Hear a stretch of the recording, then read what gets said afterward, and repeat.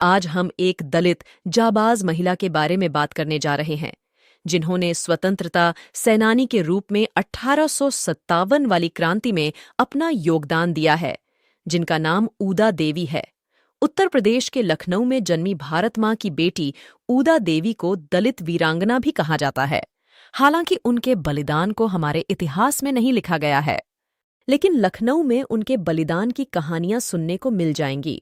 उत्तर प्रदेश की सरकार ने 20 मार्च 1921 में उनके नाम की प्रांतीय सशस्त्र कांस्टेबुलरी पीएसी महिला बटालियन की स्थापना की घोषणा की थी, जो उनके बलिदान को याद दिलाता है।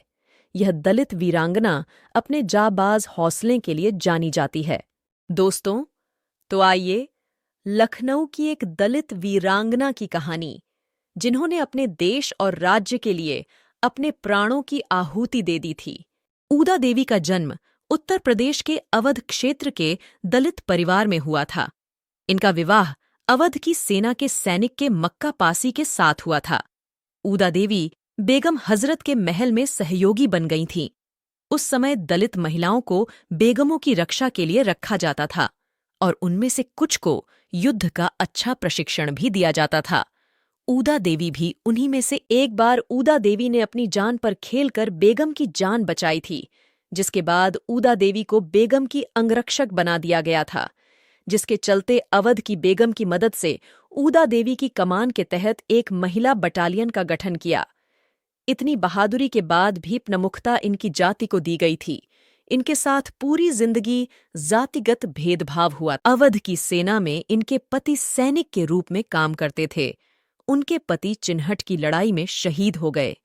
उनके पति की मौत से उसे इतनी चोट पहुंची, जिसके बाद उन्होंने कसम खाई कि वह अंग्रेजों से अपने पति की जान का बदला लेंगी। अकेली ऊदा देवी पड़ी 36 सैनिकों पर भारी। 1857 की क्रांति के दौरान ऊदा देवी ने लखनऊ के सिकंदर बाग हमले का नेतृत्व किया था। उस समय भारतीय जनता में ब्रिटिश सरकार के खिलाफ असंतोष बढ़ रहा था। तभी ऊदा देवी ने वहां की बेगम से मांग की, हमें भी युद्ध की घोषणा कर देनी चाहिए। बेगम से एक महिला बटालियन से उसकी सहायता की, जिसका नेतृत्व ऊदा देवी ने किया। ऐसे ही नवंबर 1857 में ऊदा ने अकेले 36 ब्रिटिश सैनिकों को खत्म किया था। ऊदा अपनी सेना को आदेश देती रही और अगर बाद रही ब्रिटिश सेना पर गोली बारूद करती रही। इस लड़ाई में उन्होंने पुरुषों के कपड़े पहनकर ब्रिटिश सैनिकों के साथ लड़ाई की थी। क्या आप जानते हैं कि ऊदा देवी ने अपने जीवन के अंतिम पल भी अपने देश के प्रति समर्पित कर दिए थे? ऊदा ने उस समय पुरुषों के कपड़े पहनकर ब्रिटिश सैनिकों को लड़ाई में मुंहतोड़ जवाब दिया था।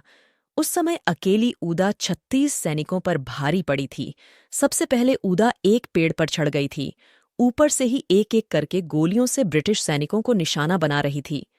बहुत देर बाद उन सैनिकों को समझ में आया कि गोलियां ऊपर से आ रही हैं, जिसके बाद सैनिकों ने ऊदा पर गोलियां चलानी शुरू कर दी थी। ऊदा लहूलुहान होकर नीचे गिर गई, जिसके बाद सैनिकों को समझ आया कि यह तो एक महिला है। इस दलित महिला के बलिदान की कहानी आज भी लखनऊ के स्कूलों में बच्चों को सुनाई जाती है।